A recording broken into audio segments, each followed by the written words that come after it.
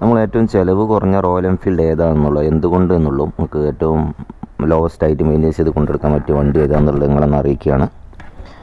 പിന്നെ ഞാനിപ്പോൾ ഓടിക്കുന്ന വണ്ടി BS6 ആണ്. BS6 എക്സോസ്റ്റ് മാറ്റി വെച്ച വണ്ടിയാണ്. അതിൻ്റെ ചെറിയൊരു പ്ലസ് പോയിൻ്റ് കാണിച്ചു തരാം.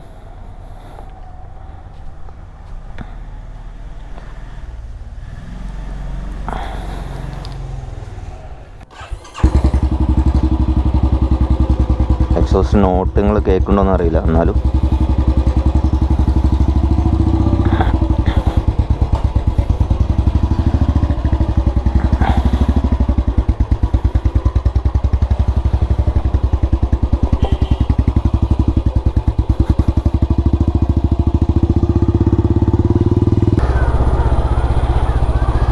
ഇത് BS6 ആണ്.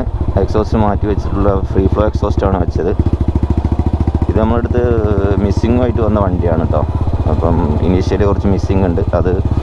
ഞാനത് തീർക്കുന്ന സമയത്ത് വീഡിയോ എടുത്ത് കാണിച്ചു തരാം. MIL-ആയിട്ട് തുടങ്ങിയേക്കുന്നുണ്ട്. അത് പിന്നെ മിസ് ഫയർ, സിലിണ്ടറിൽ മിസ് ഫയർ ECM-ന് ഐഡൻറ്റിഫൈ കഴിഞ്ഞാൽ പിന്നെ MIL ട്രിഗർ ചെയ്യും കേട്ടോ. അപ്പോൾ ചെറിയ മിസ്സിങ് ഒന്നും നമ്മൾ പിന്നെ ECM ഐഡൻറ്റിഫൈ ചെയ്യില്ല, എന്നാലും മൈന്യൂട്ടായിട്ടുള്ളൊന്നും ഐഡൻറ്റിഫൈ ചെയ്യില്ല. എന്നാലും അത്യാവശ്യം ആയിക്കഴിഞ്ഞാൽ ECM MIL-ആയിട്ട് ട്രിഗർ ചെയ്യും. ഞാൻ BS6-ൻ്റെ വീഡിയോ ഇപ്പം ഞാൻ ചെയ്യുന്നില്ല. അപ്പോൾ ഇത് ഞാൻ പറയുന്നില്ല, കാരണം ഇതിൻ്റെ ചെറിയൊരു അഡ്വാൻറ്റേജ് കാണിച്ചു തരാം. എക്സോസ്റ്റ് മാറ്റി വെച്ചപ്പോൾ എല്ലാവരും BS6-ലേക്ക് എക്സോസ്റ്റ് മാറ്റി വെക്കാൻ പറ്റുമോ, വെച്ചാൽ എങ്ങനെ ഉണ്ടാവും എന്നൊക്കെ. BS6 പറഞ്ഞാൽ പക്ക സൈലൻറ്റ് വണ്ടിയാണ്. അതുപോലെ തന്നെ നല്ല സ്മൂത്ത് ആണ്. ഫ്യൂൽ ഇഞ്ചക്ഷൻ ആയതുകൊണ്ട് നല്ല സ്മൂത്തുമാണ്. അതായത് റൈഡിങ്ങിന് കുറച്ചുകൂടെ പിന്നെ നമുക്കൊരു സുഖം തരുന്നൊരു വണ്ടിയാണ് BS6. അല്ല, ബാക്കിയുള്ള കാര്യങ്ങളൊക്കെ മാറ്റി വെച്ച് കഴിഞ്ഞാൽ അതൊരു പ്ലസ് പോയിൻ്റ് തന്നെയാണ്. പിന്നെ ഇത് ES ആണ് വരുന്നത്, ഇലക്ട്രിക് സ്റ്റാർട്ടുള്ള വണ്ടിയാണ്. ഇതിൻ്റെ ജസ്റ്റ് ഒരു ടോർക്ക് ഞാൻ കാണിച്ച് തന്നതിന് ശേഷം ബാക്കിയുള്ള കാര്യങ്ങളിലേക്ക് പോവാം.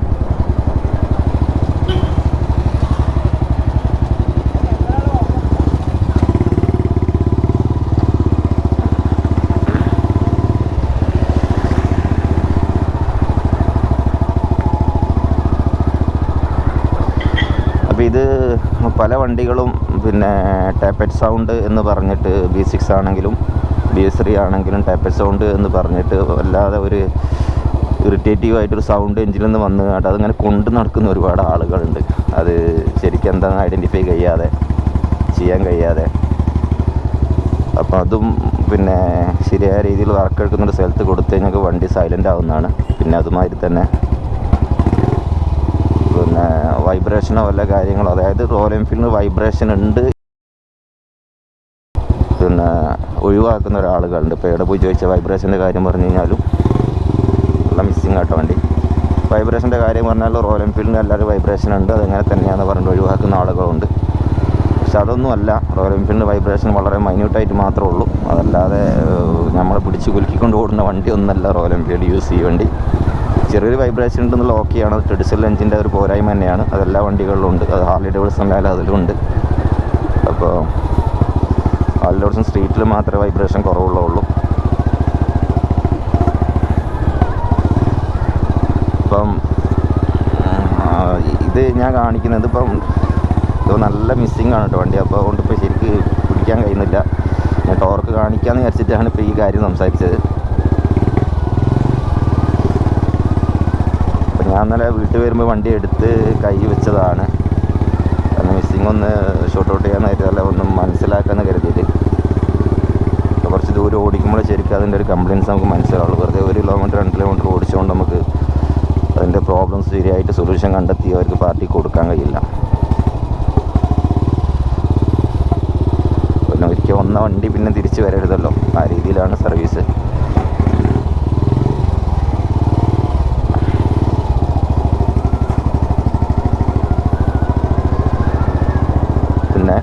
നോക്കട്ടോ,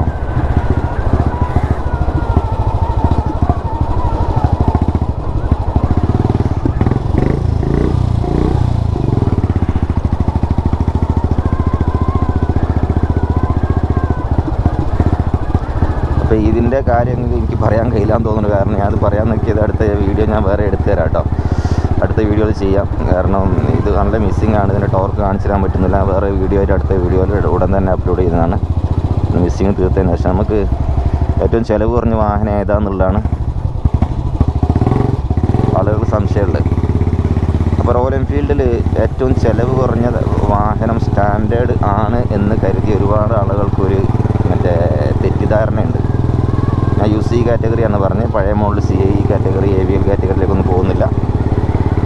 ആ AVLൻ്റെ എന്നുള്ള പല ആളുകൾക്ക് AVL എഞ്ചിൻ എന്താണെന്ന് അറിയില്ല. AVLൻ്റെ വീഡിയോ അടുത്ത് ഞാൻ ചെയ്യുന്നുണ്ട്. അപ്പോൾ UC വണ്ടിയിൽ ഏറ്റവും ചിലവ് കുറവും മെയിൻ്റെനൻസ് കുറവും സ്റ്റാൻഡേർഡ് ആണ് എന്നുള്ളതാണ് തെറ്റിദ്ധാരണ മാത്രമാണ്. കാരണം പിന്നെ സ്റ്റാൻഡേർഡിലാണ് ഏറ്റവും കൂടുതൽ ഫ്രണ്ട് ബ്രേക്ക് ജാമായിട്ട് ഇടയ്ക്കിടയ്ക്ക് ക്ലീൻ ചെയ്യേണ്ട അവസ്ഥ വരുന്നത്. ആ ഒരു സർവീസ് വൈസ് നോക്കുകയാണെങ്കിൽ പിന്നെയുള്ള ആകെയുള്ള ലാഭം എന്ന് പറഞ്ഞാൽ സ്റ്റാൻഡേർഡിന് സെൽഫ് സ്റ്റാർട്ട് ഇല്ല, ഡിസ്ക് ബ്രേക്ക് ഇല്ല. അപ്പോൾ ബ്രേക്കിൻ്റെ കാര്യം അവിടെ കിടക്കട്ടെ. കാരണം ബ്രേക്ക് 250 രൂപയാണ് നമ്മുടെ ഡിസ്ക് ബ്രേക്കിൻ്റെ ഒരു പാഡിന് വരുന്നതെങ്കിൽ സ്റ്റാൻഡേർഡിൻ്റെ ഫ്രണ്ടിലെ ഡിസ്കിൻ്റെ ആ ഒരു ബ്രേക്ക് ഷൂവിന് വരുന്നത് 480 രൂപയാണ്. ആ ഒരു ഡിഫറൻ്റ് ഉണ്ട്. ഇത് കുറച്ചുകൂടി 10-15,000 കിലോമീറ്ററൊക്കെ ഓടും സാധാരണഗതിയിൽ സ്റ്റാൻഡേർഡിൻ്റെ ഫ്രണ്ട് ബ്രേക്ക് കിട്ടും. കാരണം വലിയ ബ്രേക്ക് ഷൂ ആയതുകൊണ്ട് തേയ്മാനം പിന്നെ കുറവാണ്. പിന്നെ മിക്കവാറും ആളുകൾ ഫ്രണ്ട് ബ്രേക്കൊന്നും പിന്നെ അപ്ലൈ ചെയ്യാതെ കൊണ്ടെടുക്കുന്ന ആളുകൾ ഇഷ്ടമാതിരി ഓടും. അത് ജാമായി നിൽക്കുകയും ചെയ്യും കേട്ടോ. പെട്ടെന്ന് ജാമാകുന്ന ഇപ്പോൾ ശരിക്കും അപ്ലൈങ് ഇല്ലാത്തത് കൊണ്ടും ശരിയായ ഇടയ്ക്കിടയ്ക്ക് മാത്രം പിടിക്കുന്നത് കൊണ്ടും ഇത് ജാമാവുന്നുണ്ട്. അതും ഒരു വലിയൊരു വസ്തുതയാണ്. എപ്പോഴെങ്കിലുമൊക്കെ നമുക്കിത് ഫ്രണ്ട് പിടിക്കാതെ ഓടുന്ന ആളുകൾ എപ്പോഴെങ്കിലുമൊക്കെ വണ്ടി അപ്ലൈ ചെയ്യുമ്പോൾ ക്യാമിലേക്ക് തുരുമ്പും മറ്റും കയറിയിട്ട് തുരുമ്പ് കയറുക, അതിലുള്ള അടിച്ച് കയറിയിട്ട് അവിടെ കിടന്ന് സെറ്റ് ആവുക. ആ സമയത്ത് ക്യാമ് ജാമാവുക, മണ്ണടിച്ച് കയറുക. അപ്പോൾ ഈ സമയങ്ങളിൽ നമ്മൾ യൂസിങ് കൂടി ഇല്ലാത്ത സമയത്താണ് ഫ്രണ്ട് ബ്രേക്ക് ജാമ്യം കൂടുതലും വരുന്നത്. അപ്പോൾ മെയിൻ്റെനൻസിൻ്റെ കാര്യം പറയാമെന്നുണ്ടെങ്കിൽ UCയിൽ സെൽഫ് സ്റ്റാർട്ട് ഇല്ല, അതായത് ഇലക്ട്രിക് സ്റ്റാർട്ട് ഇല്ല എന്നൊരൊറ്റ കാരണം മാത്രമേ ഉള്ളൂ. അതല്ലാതെ ക്ലാസിക്കും UCയും മറ്റേ സ്റ്റാൻഡേർഡും തമ്മിൽ യാതൊരു എക്സ്പെൻസിൻ്റെ മാറ്റവും ഇല്ല. അപ്പം അങ്ങനെ കമ്പാരിറ്റീവ്ലി പറയുന്ന ഒരു ശരിയാണെങ്കിലും കൂടി സെൽഫ് സ്റ്റാർട്ട് ഇല്ല. നമുക്ക് ഇന്നത്തെ ഒരു കാലഘട്ടത്തിൽ ഏറ്റവും ആവശ്യമായിട്ടുള്ളൊരു സംഗതിയാണ് സെൽഫ് സ്റ്റാർട്ട് എന്ന് പറഞ്ഞാൽ. പെട്ടെന്ന് സ്റ്റാർട്ട് ചെയ്ത് പോകാനും ഒരു ട്രാഫിക്കിലൊക്കെ വിട്ട് കഴിഞ്ഞാൽ പെട്ടെന്ന് ന്യൂട്രാക്കേണ്ട ഒരു അവസ്ഥ, അവിടുന്ന് ന്യൂട്രാക്കാതെ സ്റ്റാർട്ടാവില്ല, അതുകൊണ്ട് ന്യൂട്രാക്കേണ്ട അവസ്ഥ. അപ്പം പെട്ടെന്ന് പാനിക്കായി സ്റ്റാർട്ടാകുമ്പോൾ കുറച്ചൊരു ബുദ്ധിമുട്ടൊക്കെ തോന്നുന്ന സമയത്ത് നമുക്ക് സ്റ്റാൻഡേർഡ് ഒരു ബുദ്ധിമുട്ട് തന്നെയാണ്. അപ്പോൾ ആ സമയത്ത് സെൽഫ് സ്റ്റാർട്ടിൻ്റെ ഗിയറിലിട്ട് ക്ലച്ച് പിടിച്ച് സ്റ്റാർട്ട് ചെയ്ത് പോകാവുന്നേ ഉള്ളൂ. അതിൻ്റെ ഒരു പിന്നെ ആ ഒരു ബെനിഫിറ്റ് ഇല്ലാത്തത് കൊണ്ടാണ് സ്റ്റാൻഡേർഡിന് മെയിൻ്റെനൻസ് കുറവെന്ന് പറയുന്നത്. നമുക്ക് ഒരു വലിയൊരു അസൗകര്യം തന്നെയാണ് സെൽഫ് സ്റ്റാർട്ട് എന്നുള്ളത്. അതിൻ്റെ ഒരു ഭാരിച്ച ചിലവെന്ന് പറഞ്ഞാൽ 4700 രൂപ സെൽഫ് സ്റ്റാർട്ടിൻ്റെ 1 വേ സ്പാക്ക് ക്ലച്ചിന് അസംബ്ലിക്ക് വരുന്നുണ്ട്. അത് തുടക്കത്തിലാണെങ്കിൽ സൗണ്ട് വരുന്ന സമയത്തൊക്കെ മാറ്റാൻ നോക്കുകയാണെങ്കിൽ 2310 രൂപയാണ് ഇപ്പോഴത്തെ ഏറ്റവും ലേറ്റസ്റ്റ് ആയിട്ടുള്ള പ്രൈസ് ബെയറിങ്ങിന് മാത്രം വരുന്നത്. പിന്നെ മോട്ടർ കംപ്ലൈൻ്റ് ആയാലും വളരെ കുറവാണെങ്കിലും കൂടെ കുറച്ച് ലാസ്റ്റ് ചെയ്യുന്നതാണെങ്കിൽ രണ്ടും മോട്ടറായാലും സെൽഫ് ബെയറിങ് ആണെങ്കിലും നല്ല ലാസ്റ്റ് ചെയ്ത് 2, 3, 4 വർഷമൊക്കെ ലാസ്റ്റ് ചെയ്യുന്നതാണ് കേട്ടോ. പിന്നെ അത് നമ്മൾ ആഫ്റ്റർ മാർക്കറ്റ് വെക്കുമ്പോൾ മാത്രമേ സെൽഫ് സ്റ്റാർട്ടിൻ്റെ ബെയറിങ്ങിന് ഇടയ്ക്കിടയ്ക്ക് മാറ്റി നമുക്ക് പെട്ടെന്ന് ആ ഒരു സർവീസിൽ മടുപ്പ് ഇങ്ങനെ സെൽഫ് വേണ്ടാന്ന് വെച്ച് ഓടുന്ന ആൾ ഒരുപാട് ആളുകൾ. കാരണം നമുക്ക് അതിൽ പാതി വില കൊടുത്ത് നമുക്ക് 2500-2000 രൂപ കൊടുത്ത് സെൽഫ് സ്റ്റാർട്ടിൻ്റെ അസംബ്ലി കംപ്ലീറ്റ് മാറ്റുമ്പോൾ ഒരു 6 മാസമേ പിന്നെയും ഒരു 6 മാസമേ പിന്നെയും അങ്ങനെ ചുരുക്കി പറഞ്ഞാൽ പൈസ ഒന്നായിട്ട് 4500 രൂപ ഒന്നായിട്ട് മുടക്കി മാറ്റിക്കഴിഞ്ഞാൽ 3, 4, 5 വർഷമൊക്കെ സുഖമായിട്ട് നമുക്ക് സെൽഫ് സ്റ്റാർട്ട് ഉപയോഗിച്ച് കണക്കാട്ടോ. ഉപയോഗിക്കുന്നതിനനുസരിച്ച്. കാരണം ക്ലച്ച് പിടിച്ച് ഗിയറിലിട്ട് സ്റ്റാർട്ടാവാതെ ന്യൂട്രൽ മാത്രം മാക്സിമം സ്റ്റാർട്ട് ചെയ്ത് കൊണ്ടുവരുന്ന ആളുകൾക്ക് ഒരുപാട്, അതായത് വർഷങ്ങളോളം നിലനിൽക്കും. അത് വീഡിയോ ഞാൻ വേറെ ചെയ്യുന്നുണ്ട്. എൻ്റെ സെൽഫ് സ്റ്റാർട്ടിൻ്റെ ഉപയോഗം എങ്ങനെയാണ് പെട്ടെന്ന് പോകുന്നതെന്നുള്ളൂ. അപ്പം ആ ഒരു വസ്തുതയാണ് സ്റ്റാൻഡേർഡും ക്ലാസിക്കും തമ്മിലുള്ളത്. അതായത് സ്റ്റാൻഡേർഡ് എന്ന വാഹനം ഒരിക്കലും ഒരു മെയിൻ്റനൻസ് കുറഞ്ഞ വണ്ടിയല്ല. പിന്നെ സ്റ്റാൻഡേർഡിൻ്റെ ആ ഒരു രീതിയിലല്ല സ്റ്റാൻഡേർഡ് എടുക്കേണ്ടത്. സ്റ്റാൻഡേർഡ് ടോർക്ക് കൂടിയ വണ്ടിയാണ്, അത് ഓക്കെയാണ്, ടോർക്ക് കൂടിയ വണ്ടിയാണ്. പിന്നെ ക്ലാസിക് ടോർക്ക് കുറഞ്ഞ വണ്ടിയാണ്. അതായത് ലോ ഇൻഡ് സ്പീഡ് 50ൻ്റെ മുകളിൽ ഒക്കെ പോയി കഴിഞ്ഞാൽ നമുക്ക് 5ാമത്തെ ഗിയറിൽ വണ്ടി സ്പീഡിൽ 5ാമത്തെ ഗിയറിൽ നമുക്ക് ഓടിക്കാൻ പറ്റുള്ളൂ. ഓടുന്ന വണ്ടി ഞാൻ കാണിച്ചു തരാം. 30 വരെ ഓടുന്നുണ്ട്. പിന്നെ എൻജിൻ്റെ നോയ്സ് എന്ന് പറഞ്ഞാൽ നോയ്സ് നമുക്ക് പിന്നെ കുറച്ചെടുക്കാവുന്നേ ഉള്ളൂ.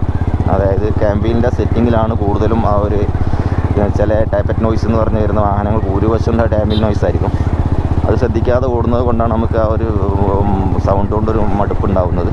ക്യാമ്പിൽ ഓവർ ടൈറ്റ് ചെയ്യാനും പറ്റില്ല, ഹമ്മിങ് ഉണ്ടാവും. പിന്നെ എൻജിൻ എഞ്ചിൻ ഓവർ ഹീറ്റ് ആയും ചെയ്യും കേട്ടോ. ആ ഒരു മൈനസും ഉണ്ട് അതിന്.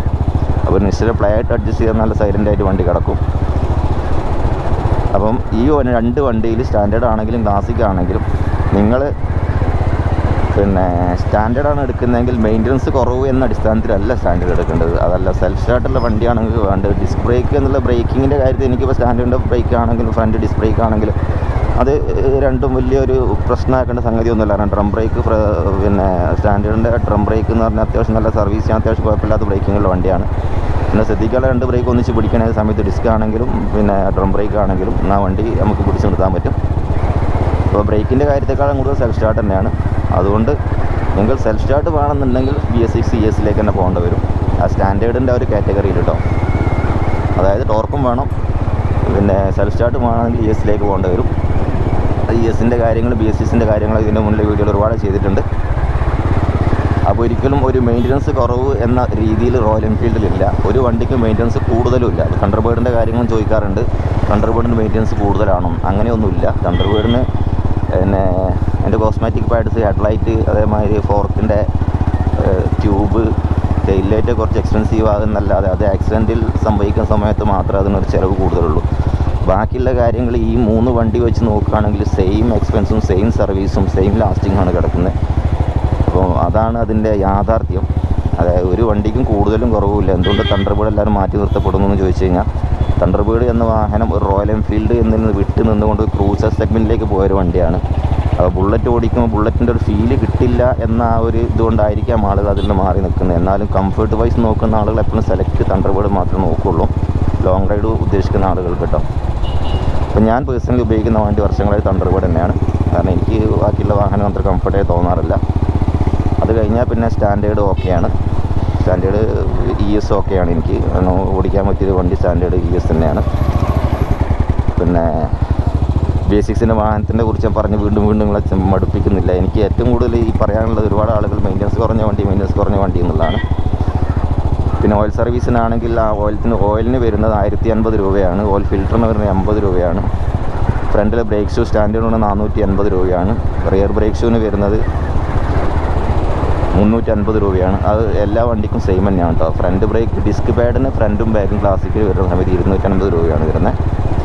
പിന്നെ ആക്സിലേറ്റർ കേബിൾ, ത്രോട്ടിൽ കേബിളിന് വരുന്നത് 300 രൂപയാണ്. പിന്നെ ക്ലച്ച് കേബിളിന് വരുന്നത് 140 രൂപീസാണ്. സ്പീഡോമീറ്റർ കേബിളിന് പറഞ്ഞാൽ 160 രൂപീസാണ്. അപ്പോൾ ഇതൊക്കെയാണ് ജനറൽ സർവീസിൽ വരുന്ന. എയർ ഫിൽറ്ററിന് 220 രൂപയാണ്. ഇതൊക്കെയാണ് ജനറൽ സർവീസിന് വരുന്ന പാർട്സിൻ്റെ കോസ്റ്റിൻ്റെ ചിലവൊക്കെ കേട്ടോ. അപ്പോൾ ഞാനിത് കൂടുതൽ കാര്യങ്ങൾ ഡീറ്റെയിൽ ആയിട്ട് അടുത്ത വീഡിയോയിൽ സർവീസ് കോസ്റ്റ്, സർവീസിൻ്റെ പാർട്സിൻ്റെ എല്ലാ പ്രൈസും ഡീറ്റെയിൽസും അടുത്ത വീഡിയോയിൽ ചെയ്തു തരാം. ഓരോ ദിവസങ്ങളായിട്ട് അപ്ലോഡ് ചെയ്യുന്നതാണ്. അപ്പോൾ എൻ്റെ വീഡിയോ ആദ്യമായിട്ട് കാണുന്നവരൊന്ന് സബ്സ്ക്രൈബ് ചെയ്യുക, ഷെയർ ചെയ്യുക, സപ്പോർട്ട് ചെയ്യുക. മാക്സിമം കമൻറ്റൊക്കെ ചെയ്ത് അതിൻ്റെ നമ്മളെ ഒന്ന് പ്രോത്സാഹിപ്പിക്കുക. റോയൽ എൻഫീൽഡ് ഉപയോഗിക്കുന്നവർക്കും റോയൽ എൻഫീൽഡ് എടുക്കുന്നവർക്കും റോയൽ എൻഫീൽഡിൻ്റെ മെക്കാനിക്സിന് യൂസ്ഫുള്ളാണ് വീഡിയോ ആണ് ഞാൻ എല്ലാ വീഡിയോയിലും ചെയ്യുന്നത്. അപ്പോൾ അടുത്തൊരു വീഡിയോയുമായിട്ടും കാണാം. Thanks for watching.